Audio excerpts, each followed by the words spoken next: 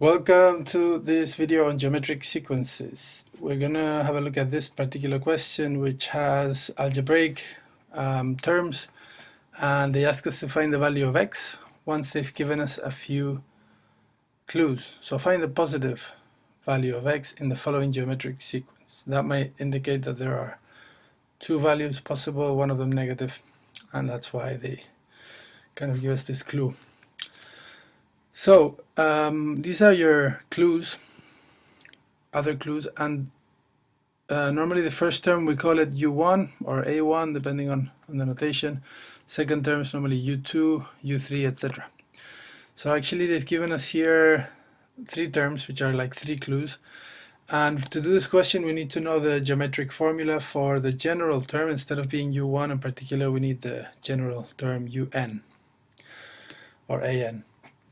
And so I'll show you the formula sheet so you see and you're reassured that it's on there. Here's a formula sheet that you get in the exam, and these two are arithmetic. This one is geometric, geometric, and geometric, right? It says it here. So the nth term of a geometric sequence is given by this. Un is equal to U1 r to the power of n minus 1, so that we can write it like this. Un is equal to U1 times the common ratio r to the power of n minus 1. Remember that r is the number that you need to multiply this term to get the second one, and then you multiply by r again to get the next one. So let's have a look at this, and that's this means that U1 is just 7x minus 2, and therefore if we write U2, we can write that also, but it's not too interesting. But we can make a link between U2 and U1. We can say that U2 is equal to, well, it's this 4x plus 4, right? Because we can see it here, that U2 is this one, but it's also whatever U1 is, which is this 7x minus 2, times r to the n minus 1. We don't know what r is, so we're just going to write it like that there, r. And we do know what n minus 1 is because we're doing n for a particular value, which is 2. So n minus 1 is just 1. So this is r to the 1, or just r. From here, therefore, we have our first equation, and we can find what r is. Well, r is going to be equal to 4x plus 4 divided by 7x minus 2. We just divide both sides of the equation by 7x minus 2.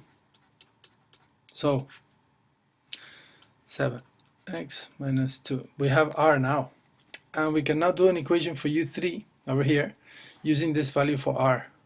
So this value here is r. So let's see what we get. We get that U3 equals, remember we're trying to find x, okay, so we're just trying to clear out every other letter and leave only x in the equation so that we can solve it. So that's what we're trying to head towards.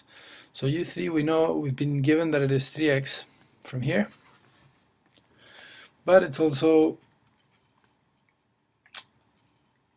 U1, which is 7x minus 2,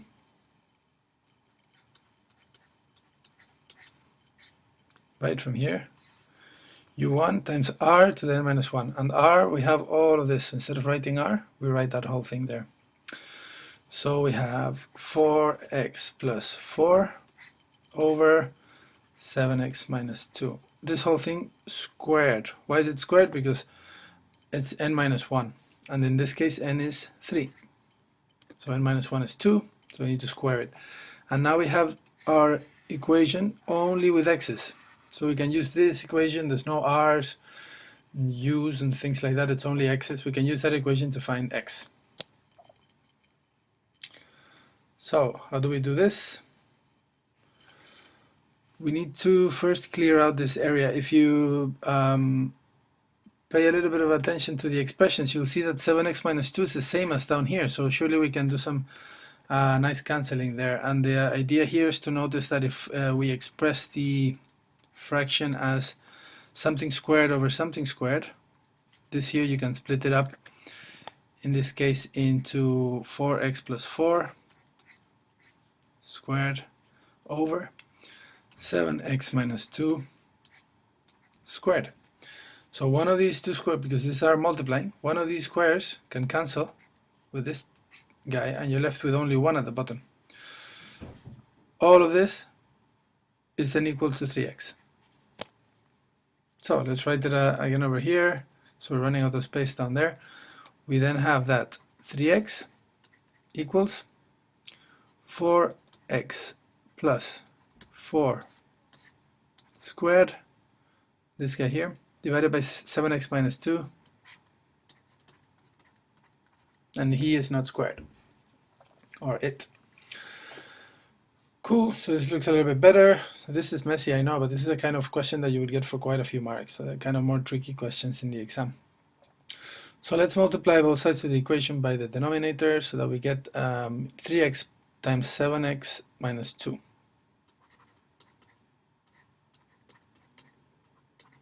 And on the right we have 4x plus 4 all squared. So we open all of this up, we get 21x squared minus 6x, and here we get 4x times 4x is 16x squared. 4 times 4 is 16, and we're going to get 2 of those, so we're going to get 32x's. And finally 4 times 4 is 16, so we're going to get positive 16 here. If that was a bit too fast, then just open this one out for yourself a little bit slower, that's fine. Okay, so what else? Now we're gonna put all the x's on the same side. So which side do we move them to? Well, here we have 21 positive x squares, and here we have 16. So there's more on the left. And I like ending up with positive quadratics if possible. So here we're gonna just a little bit less messy. So if we subtract 16 x's from both sides, so 21 minus 16 is 5x squared. So we've already dealt with this guy. Next is the 32 x's. If I pass them to the other side, I'm going to have minus 6 minus 32. That is minus 38, because it gets even more negative, right? If I start negative, I subtract another 32, I'm going to go more negative. So that's minus 38x. And here I have 16 positive. So if I pass it on to the other side, I'm going to end up minus 16. I subtract 16 from both sides. Minus 16 equals 0. Now there's 3 ways of this quadratic here. You're going to get 2 answers, and perhaps that's why here they were saying positive value and not the negative value. I think you just to give them the positive one. This quadratic, there's a few ways of solving it. One of them is with your calculator by graphing it. So if you graph it on your calculator, you're going to end up with something that looks a bit like this. And basically you want the positive x value. So if this is x, you're looking for positive x value, because at this point y is 0, right? And you're looking for when that is 0. So when is this whole expression 0? Happens here, happens here. You only want the positive x value. So you're going to end up with that, and then you can use the trace button on your calculator to find the zeros, and that will give you the value for x, positive. Another way of doing this with a calculator is by using something called a solver. Most graphical calculators have a solver. So if you find that and you enter your 2 equations, one of them will be this one and the other one will be 0. It should give you the value for x there too. And a third way is if you get this question in the paper that you cannot use the calculator for, is to use normal solving as a normal quadratic. And for that you have to write the coefficients down. So here I have, I need to make 5x, right? I need to make 5x squared. So because it's a prime number, there's only one way of doing it. You need to multiply 5 times 1. So you can only split that up into 5x's and x. That's kind of the way of splitting it up to get 5x squared. Now whatever number I put in here and whatever number I put in here, this is the way I do it with this little table. I need to make sure that when I multiply them diagonally, so say I put here a 4 and here I put a 5, then when I multiply 5x by 5, and I get 25x, and I add x times 4, 4x, I need to get here, I would get 29x. That should give me this here, and it doesn't, so I've done it wrong. In other words, the numbers that I put in here, when I add them, I multiply them diagonally, and then I add them, they need to give me minus 38x. Here that's not happening, so I've chosen my numbers wrong, so 4 and 5 are not the right numbers. The other condition is that when I put these two numbers here, when I multiply these two numbers together, they need to give me minus 16, and that's positive 20, so that's also wrong. So the best way of doing this really is looking at the factors of these numbers, since they're more limited, and then to see if they work with this here. So what are the factors of 16? 4 and 4, and 16 and 8 and 2, and 16 and 1. So let's try 4 and 4 first. 4 and 4. Well, now we do the diagonal test. 5 times 4 is 20, plus oh sorry, I forgot to mention the negative numbers. Yeah, they need to also give you negative 16. So this one of these two has to be negative to give you negative 16, right? So let's say in this case it doesn't matter which one, because the same. Let's say 4 and minus 4. If I try this, I get 4 and minus 4, I get minus 20 from multiplying these two. I mean, they give you 16, so that works. But minus 20 plus 4 is going to be minus 16x, so that doesn't work with minus 38. So that goes away. There's no point in trying the opposite way around, because it's not going to work anyway. What about this one? Let's try 8 and 2. So one of them has to be negative. Let's try negative 8 and 2. Negative 8 and 2. 5x times 2 is 10x. 10x plus negative 8x is 2x. So that's not going to work, right? Let's do it the other way around. If I put the 8 down here and the 2 here. 5 times negative 8 is minus 40. This looks a bit more promising because I'm closer to that now. Minus 40x plus 2x is minus 38x. Perfect, so that works really well. And so, and if I, just to check again, if I multiply 2 and minus 8, I do get minus 16. So I found my two coefficients. And so the way of writing this quadratic now is that all of this stuff here can be written as 5x from here plus 2 in one bracket, x minus 8 in the other one. All of that equals 0. And so my two solutions for x are, well, if I need x to be 0,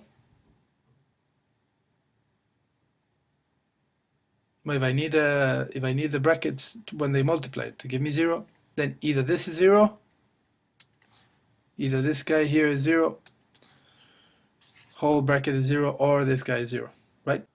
For that to happen, x is got to be either, for that to happen, 5x minus plus 2 equals 0, or x minus 8 equals 0. And the only one that's going to give me a positive solution here is this guy. Because when I pass the 8 to the other side, add 8 to both sides, I'm going to get x equals positive 8. But here I'm going to get negative 2 over 5. So this one is not the solution they're asking me for. They're asking me for this solution. So my final answer for this question is then just that x must equal 8 for this to be true. So if I put an 8 in here, I would get 7 times 8 is 56. 56 minus 2 is 54. So in other words, it's masqueraded as algebraic expressions here, but my first term truly here is 54. And my second term would be if I multiply this by 8 and add 4, etc. So my geometric sequence, I can now write it in numbers if they ask me to, but they haven't. They just asked me for the value of x, so it's 8. The question is finished. So as you can see, this involves doing a bit of algebra and then remembering how to solve quadratics, or you could have used your calculator that would have given you x equals 8 too. Okay, hopefully this was a pretty tricky question. It would take you a lot less time to do if you didn't have to explain it. You would just get on with doing it. It would have taken you like maybe, I don't know, 7 or 8 minutes. Okay, so I'll see you in the next video. Ciao.